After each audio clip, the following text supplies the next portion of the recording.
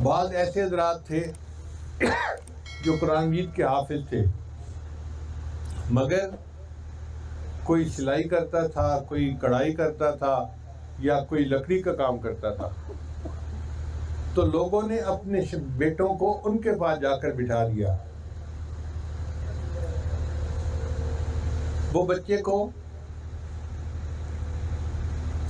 ایک ایک آیت کر کے سبق دیتے رہتے اور بچہ حافظ بنتا جاتا، حتیٰ کہ بچہ پورے قرآن مجید کا حافظ بن جاتا، مگر قرآن مجید کو ناظرہ پڑھنا نہیں جانتا تھا۔ اس کی تصدیق ہمیں اس طرح ہوئی کہ جب بھٹو دور میں اسٹیل مل بنی تو وہ رشیا نے بنائی تھی، تو ہمارے ایک دوست انجینئر تھے، ان کو رشیا بلایا گیا ٹریننگ کے لیے، تو وہ سرکاری مہمان کے طور پہ رشیا گئے۔ اب وہاں پر ان کے دل میں خیال آیا کہ جمعے کا دن ہے تو میں جمعہ کی نماز مسجد میں جا کے پڑھوں۔ لوگوں نے کہا جی مسجد تو بند ہے، کوئی کھول ہی نہیں سکتا۔ البتہ ایک دو مسجدیں ہیں جو ٹورسٹ کو دکھانے کے لیے انہوں نے کھولی ہوئی ہیں، ادھر آپ جا سکتے ہیں۔ وہ کہتے ہیں کہ میں اس مسجد میں گیا اور میں نے اس مسجد میں جا کے تھوڑی صفائی کی اور نماز شروع کی۔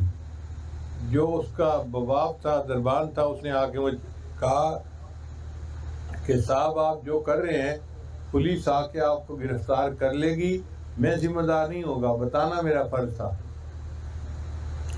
میں نے کہا بھائی دیکھو میں پاکستان میں تھا تو مسلمان تھا، اب یہاں آیا ہوں اب بھی میں مسلمان ہوں، تو میں اپنی عبادت کو کیوں چھوڑوں؟ سرکاری مہمان آیا ہوں، میں ایسے کہیں بغیر ویزے کے نہیں آیا ہوا۔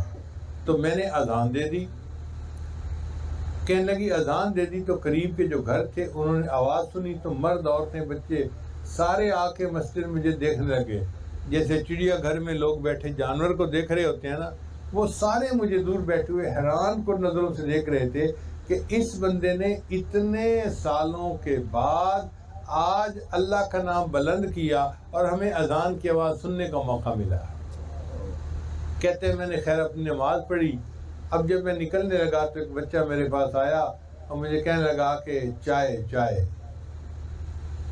تو میں نے کہا ٹھیک ہے۔ ان کا گھر مسجد کے بالکل سامنے تھا، وہ مجھے اپنے گھر میں لے کر گئے۔ اب میرے سامنے بچے بیٹھ گئے، بچوں کے پیچھے مرد بیٹھ گئے اور مردوں کے پیچھے ان کی عورتیں آ کے کھڑی ہو گئیں۔ اب وہ حیران ہو کے دیکھ رہے تھے کہ آپ پاکستانی ہیں اور آپ مسلمان ہیں۔ تو میں نے کہا میں مسلمان ہوں، تو کہنے لگے کہ ہم بھی مسلمان ہیں۔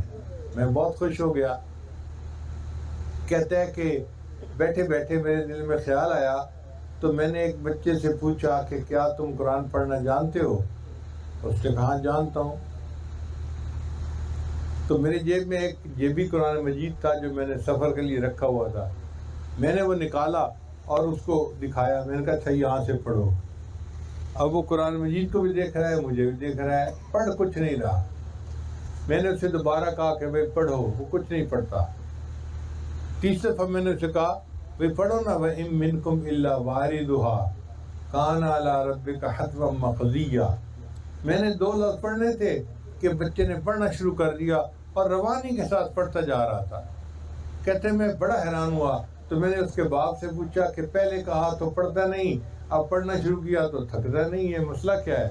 اس نے کہا جناب اس بچے نے زندگی میں کبھی قرآن دیکھا ہی نہیں، استاد کے پاس گیا تھا، وہ زبانی سبق دے کے اس کو یاد کروا دیتا تھا، یہ حافظ تو بن گیا، قرآن مجید کو ناظرہ پڑھنا نہیں جانتا۔ تو جب قرآن مجید کے ناظرہ کی تعلیم کو بند کر دیا گیا، اللہ کے فضل سے اس وقت بھی لوگ قرآن کے حافظ بنتے رہے۔